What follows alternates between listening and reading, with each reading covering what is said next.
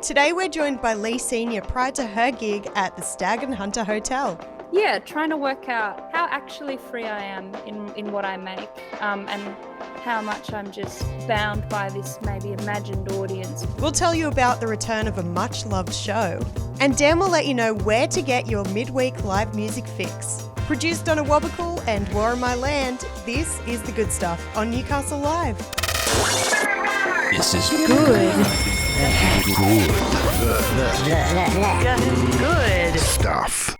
The good stuff. Blanc de Blanc Encore will make a triumphant return to Newcastle in September. Civic Park will be transformed into a mesmerising world of vintage French flair, risque humour and heart-stopping aerial performances. For those who've missed out on the previous sellout season in 2022, this is the perfect chance to see Blanc de Blanc Encore firsthand. To grab your tickets, head on over to newcastlelive.com.au or check us out on Facebook to see what everyone's talking about. The good stuff. Today we're joined by Aussie singer-songwriter Leah Senior, who is about to play the Stag Hunter Hotel. You've spoken about how your lyrics draw inspiration from literature and poetry. So can you tell us about some more specific works that have influenced your songwriting and how they've influenced that creative process? Yeah, I think reading poetry always kind of feeds in, or I get little ideas and borrow things. On this album, it's mostly I have three songs that are all quite directly related to different female kind of classic authors, it turns out. One of the songs is called The Fig, and it's kind of it came after a conversation that I had with a friend about just kind of her feeling paralyzed.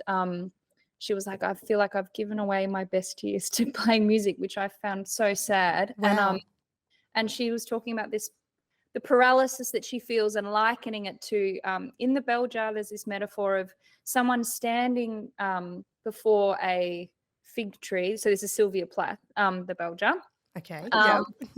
And all of the opportunities are like these figs in front of her, but the character sort of paralyzed by indecision, doesn't know which one to pick, and so they all kind of wither and die before her eyes.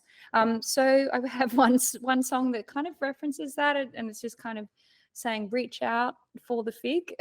So that's like a message of encouragement to my friend.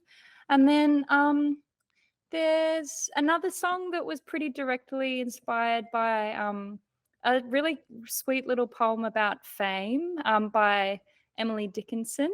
I probably can't remember it off the top of my head. Fame is a bee, so has a wing, has a sting. No, it has a something. Has a sting to it, has a wing. Kind of talking about I guess it's about the way fame comes and goes. Yeah. It's kind of the transitory kind of thing. And then there's another song that I guess is about my my room. But that is kind of I guess it draws on the idea of Virginia Woolf's that to make something you need a space of your own. Yeah. Yeah, wow. That's beautiful. So this album will be out on the 18th of August and it's called The Music That I Make. Can you tell us a little bit about that title? Because I think it's really interesting. Yeah. It's the title of there's a song by that name. And I guess it's a pretty personal album, and I'm really reflecting on why I make things, and like questioning whether it's like pure or whether it's like always polluted by the fragility of my own ego and wanting to be validated and wanting people to like me, or just like trying to work out how actually free I am in what I make, and how much I'm just bound by this maybe imagined audience or something. So I feel like I'm really a lot of the songs kind of circling around those sort of meditations. So I wanted to just have a title that was really direct. I think on this album, I'm probably being more direct than I've ever been. And so, yeah, that's kind of where it's come from. That's really exciting. So I want to talk about one of the songs that's already been released from the album called Pony.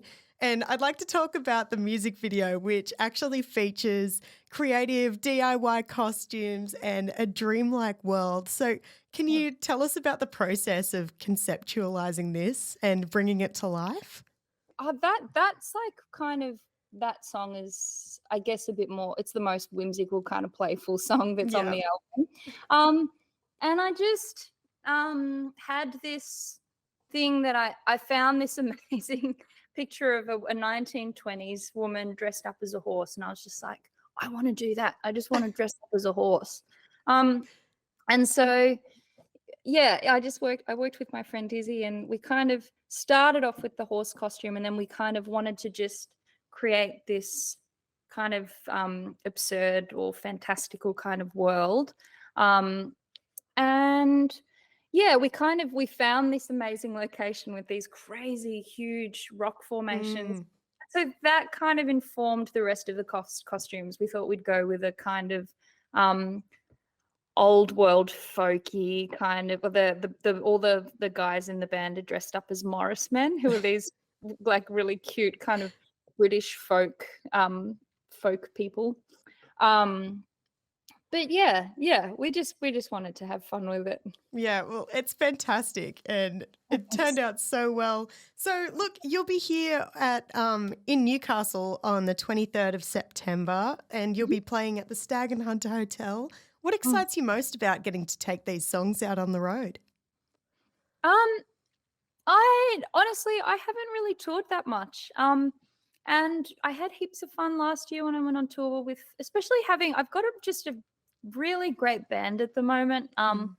They're just amazing people and musicians. So I'm super psyched. I'm super psyched to play because it's not something I do that often.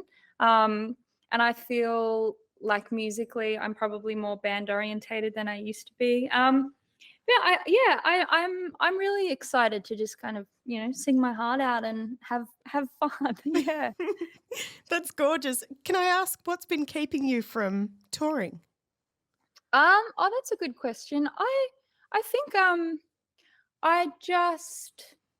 I always preference the making side of the process, or like I tend to in the past I've always organized stuff myself, which has meant that I don't organize anything at all because I prefer to just be sitting at home songwriting instead of writing emails. But Fair enough. So I think it's literally just that. And now I have, a beautiful manager who's helping me. So things are actually getting done. And I have to go and play shows now, which is going to be fun. Yeah. That's so exciting. Well, look, thank you so much for spending some time with us today. And I can't wait to see you at the Stag at the end of September. Yeah, can't wait. I'll see you there. This is where it Sounds good. Good stuff. Looking for a midweek live music fix? Well, you're in luck. There's plenty happening. Tonight at the Stockton Bowling Club, it's open mic night. On Wednesday night, you and I will be in town at the Civic Theatre to play The Who's Tommy in full. And this Thursday, it's the Merriweather Fats Blues Jam at the Stag and Hunter Hotel from 8 p.m. To find out what else is happening around the region midweek, head to newcastlelive.com.au. After Dark. Every Tuesday evening, we rip open the cover of the sealed section and delve deep. But fair warning, this is adults only. It's After Dark with Louise Wilkinson from 5 p.m. every Tuesday night. Brought to you by Flirt Adult Store, Hamilton.